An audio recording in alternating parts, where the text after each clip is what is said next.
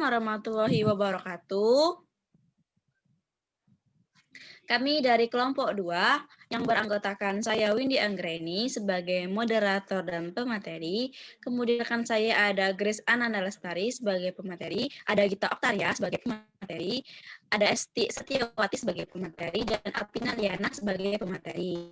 Di sini kami akan mempresentasikan hasil diskusi kami mengenai siswa dengan gangguan fisik atau tunadaksa. Yang pertama akan dijelaskan oleh saya sendiri. Baiklah, di sini saya akan menjelaskan tentang definisi anak tunadaksa. Pengertian tunadaksa secara epistemologis yaitu seseorang yang kesulitan mengoptimalkan fungsi anggota tubuh sebagai akibat dari luka, penyakit, pertumbuhan yang salah perlakuan, dan akibatnya kemampuan untuk melakukan gerakan-gerakan tubuh tertentu mengalami penurunan. Menurut White House Conference dalam Sunaria 2018 halaman 14, tunadaksa berarti suatu keadaan rusak atau terganggu akibat gangguan bentuk atau hambatan pada tulang, otot, dan sendi dalam fungsinya yang normal. Kemudian menurut Sumantri dalam Avia tahun 2016 halaman 5, tunadaksa adalah suatu keadaan rusak atau terganggu sebagai akibat gangguan bentuk atau hambatan pada tulang, otot, dan sendi dalam fungsinya yang normal.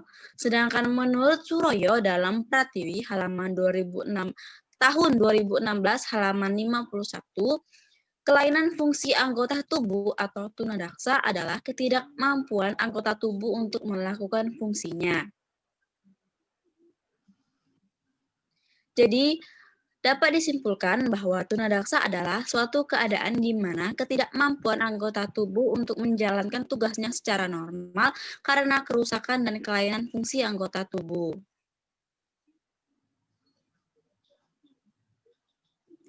Kemudian karakteristik anak tunadaksa. Karakteristik anak tunadaksa pada aspek psikologis anak tunadaksa tuh cenderung merasa apatis, malu, rendah diri, sensitif, dan kadang-kadang muncul sikap egois terhadap lingkungannya. Menurut Tonta tahun 2020 halaman 15-17, karakteristik anak tunadaksa adalah sebagai berikut. Yang pertama itu karakteristik akademik.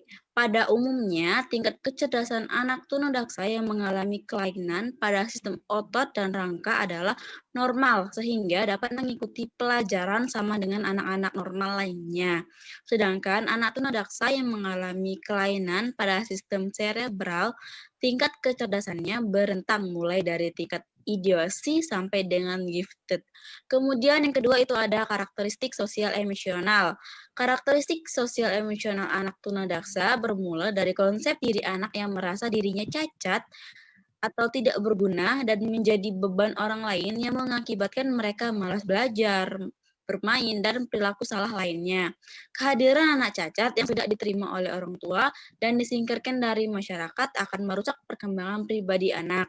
Kemudian karakteristik fisik atau kesehatan. Karakteristik fisik atau kesehatan anak tunadaksa ini biasanya selain mengalami cacat tubuh, anak cenderung mengalami gangguan lain seperti sakit gigi, berkurangnya daya pendengaran, penglihatan, gangguan bicara, dan lain-lainnya. Kelainan tambahan ini banyak ditemukan pada anak tunadaksa yang sistem cerebral. Kemudian tujuan pendidikan anak tunadaksa yang akan dijelaskan oleh Alpina Liana. Kepadanya dipersilakan.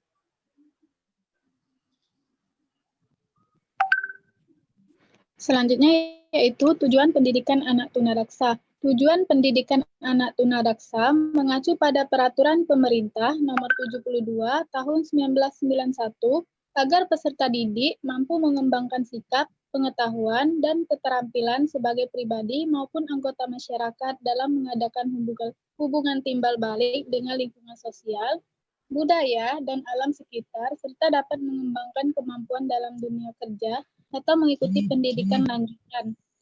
Menurut Connor yang dikutip oleh Wardani tahun 2016, halaman 7.13 sampai 7.14, bahwa dalam pendidikan anak tunadaksa perlu dikembangkan 7 aspek, yaitu yang pertama, pengembangan intelektual dan akademik, Pengembangan aspek ini dapat dilaksanakan secara formal di sekolah melalui kegiatan pembelajaran. Di Sekolah Khusus Anak Tunadaksa atau SLBD tersedia seperangkat kurikulum dengan semua pedoman pelaksanaannya. Namun, hal yang lebih penting adalah pemberian kesempatan dan perhatian khusus pada anak tunadaksa untuk mengoptimalkan perkembangan intelektual dan akademiknya. Yang kedua yaitu membantu perkembangan fisik. Oleh karena anak tunadaksa mengalami kecacatan fisik, maka dalam proses pendidikan, guru harus turut bertanggung jawab terhadap pengembangan fisiknya dengan cara bekerja sama dengan staf medis. Hambatan utama dalam belajar adalah adanya gangguan motorik. Oleh karena itu, guru harus dapat mengatasi gangguan tersebut sehingga anak memperoleh kemudahan dalam pendidikannya. Yang ketiga yaitu meningkatkan perkembangan emosi dan penerimaan diri anak. Dalam proses pendidikan, para guru bekerja sama dengan psikolog harus menanamkan konsep diri yang positif terhadap kecacatan atau agar anak dapat menerima dirinya. Hal ini dapat dilakukan dengan menciptakan lingkungan sekolah yang kondusif sehingga dapat mendorong terciptanya interaksi yang harmonis. Yang keempat yaitu mematangkan aspek sosial. Aspek sosial yang meliputi kegiatan kelompok dan kebersamaannya perlu dikembangkan dengan pemberian peran kepada anak tunadaksa agar turut serta bertanggung jawab atas tugas yang diberikan serta dapat bekerja sama dengan kelompoknya. Yang kelima yaitu mematangkan moral dan spiritual. Dalam proses pendidikan perlu diajarkan kepada anak tentang nilai-nilai, norma kehidupan, dan agama untuk membantu mematangkan moral dan spiritualnya. Yang keenam yaitu meningkatkan ekspresi diri. Ekspresi diri anak tunadaksa perlu ditingkatkan melalui kegiatan kesenian, keterampilan, atau kerajinan. Yang ketujuh yaitu mempersiapkan masa depan anak. Dalam proses pendidikan, guru dan personil lainnya bertugas untuk menyiapkan masa depan anak. Hal tersebut dapat dilakukan dengan cara membiasakan anak bekerja sesuai dengan kemampuannya, membekali mereka dengan latihan keterampilan yang menghasilkan sesuatu yang dapat dijadikan bekal hidupnya. Itu saja, kembali ke moderator. Memperoleh program khusus sesuai dengan kebutuhannya. Apabila anak tunadaksa ditempatkan di sekolah umum, perlu diperhatikan hal-hal sebagai berikut, yaitu penempatan untuk di kelas reguler. Hal yang harus diperhatikan adalah menyiapkan lingkungan belajar tambahan yang memungkinkan bagi anak tunadaksa untuk bergerak sesuai dengan kebutuhannya. Yang kedua, menyiapkan program khusus untuk mengejar ketinggalan pelajaran bagi anak tunadaksa. Selanjutnya yaitu guru harus terus mengadakan kontak secara intensif dengan anak untuk melihat masalah fisiknya secara langsung. Dan yang terakhir adalah perlu mengadakannya rujukan ke ahli terkait apabila timbul masalah fisik dan kesehatan yang lebih parah. Yang selanjutnya adalah penempatan di ruang sumber belajar dan kelas khusus. Murid yang mengalami ketinggalan dari temannya di kelas reguler karena sakit-sakitan harus diberi layanan tambahan oleh guru di ruang sumber. Misalnya, anak tersebut tidak dapat berbicara, maka ia perlu masuk kelas khusus sebagai persiapan untuk memasuki kelas reguler karena selama anak di kelas khusus, ia sering bermain, ke kantin, dan upacara bersama dengan anak normal atau anak di siswa kelas reguler. Yang kedua adalah pendidikan segrasi atau terpisah. Penyelenggaraan pendidikan ini ditempatkan di tempat khusus, seperti sekolah khusus dengan menggunakan kurikulum pendidikan luar biasa. Dengan perangkat kurikulum pendidikan ini terdiri atas beberapa komponen, yaitu landasan, program, dan pengembangan kurikulum, yang memuat acuan dan pedoman dalam pengembangan kurikulum, tujuan, jenjang, dan satuan pembelajaran. Yang kedua yaitu garis-garis besar program pengajaran atau GBPP, yang memuat pengertian dan fungsi mata pelajaran, ruang lingkup, bahan pelajaran, tema dan uraian tentang pelajaran, alokasi waktu, dan cara pembelajaran yang disarankan. Dan selanjutnya adalah pedoman pelaksanaan kurikulum, yang memuat pedoman pelaksanaan kegiatan belajar mengajar, pelaksanaan bimbingan, administrasi sekolah, dan pedoman penilaian kegiatan dari hasil belajar. Untuk lamanya pendidikan dan jenjang serta isi kurikulum jenjang Taman Kanak-kanak Luar Biasa itu berlangsung 1-3 tahun dan isi meliputi pengembangan kemampuan dasar, pengembangan bahasa, daya pikir, daya cipta, keterampilan, dan pendidikan jasmani. Usia anak yang diterima sekurang-kurangnya 3 tahun.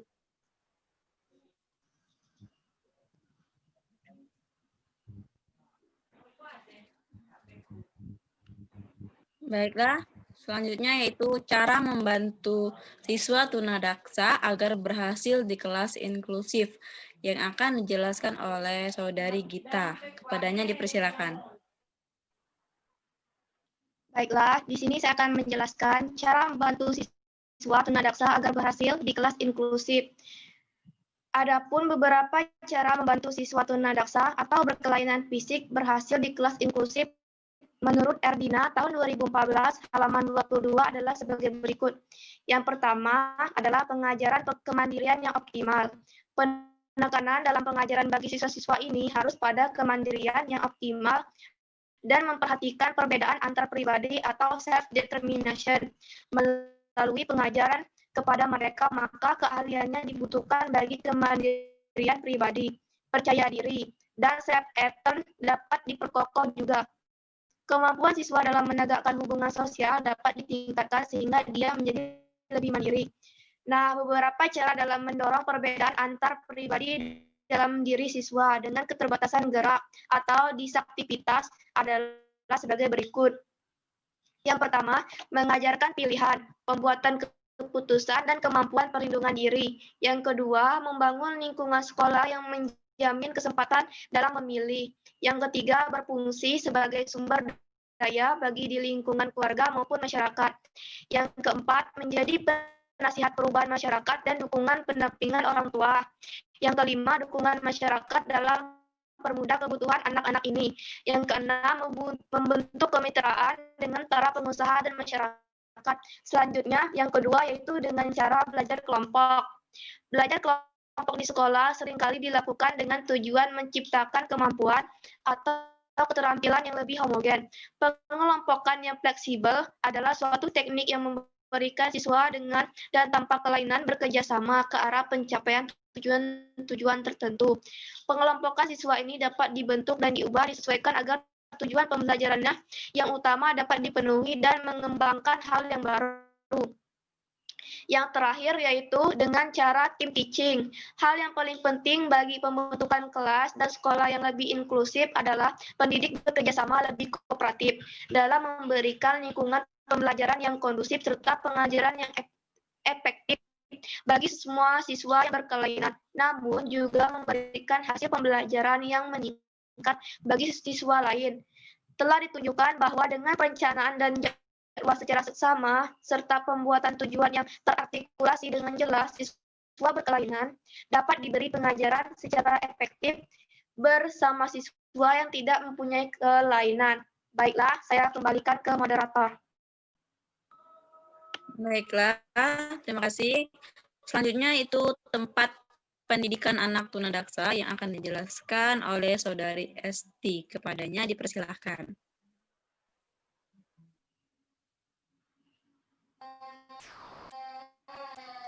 Baik, saya akan menjelaskan tempat pendidikan anak tunadaksa. Yang pertama yaitu sekolah khusus berasrama. Model ini diperuntukkan bagi anak tunadaksa yang derajat kelainannya berat dan sangat berat. Yang kedua, sekolah khusus tanpa asrama. Model ini dimaksudkan bagi anak tunadaksa yang memiliki kemampuan pulang pergi sekolah atau tempat tinggal mereka yang tidak jauh dari sekolah. Yang ketiga yaitu kelas khusus penuh. Anak tunadaksa yang memiliki tingkat kecacatan ringan dan kecerdasan homogen dilayani dalam kelas khusus secara penuh. Selanjutnya, kelas reguler dan khusus. Model ini digunakan apabila menyatukan anak tunadaksa dengan anak normal pada mata pembelajaran tertentu. Mereka belajar dengan anak normal dan apabila anak tunadaksa mengalami kesulitan, mereka belajar di kelas khusus. Selanjutnya, kelas reguler dibantu oleh guru khusus.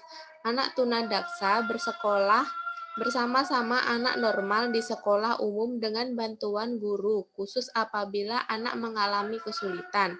Selanjutnya, kelas biasa dengan layanan konsultasi untuk guru umum. Tanggung jawab pembelajaran model ini sepenuhnya dipegang oleh guru umum. Anak tunadaksa belajar bersama dengan anak normal di sekolah umum dan tidak membantu kelancaran pembelajaran. Ada guru kunjungan yang berfungsi sebagai konsultan guru reguler. Selanjutnya, kelas biasa. Model ini diperuntukkan bagi anak tunadaksa yang memiliki kecerdasan normal, memiliki potensi dan kemampuan yang dapat belajar bersama-sama dengan anak normal.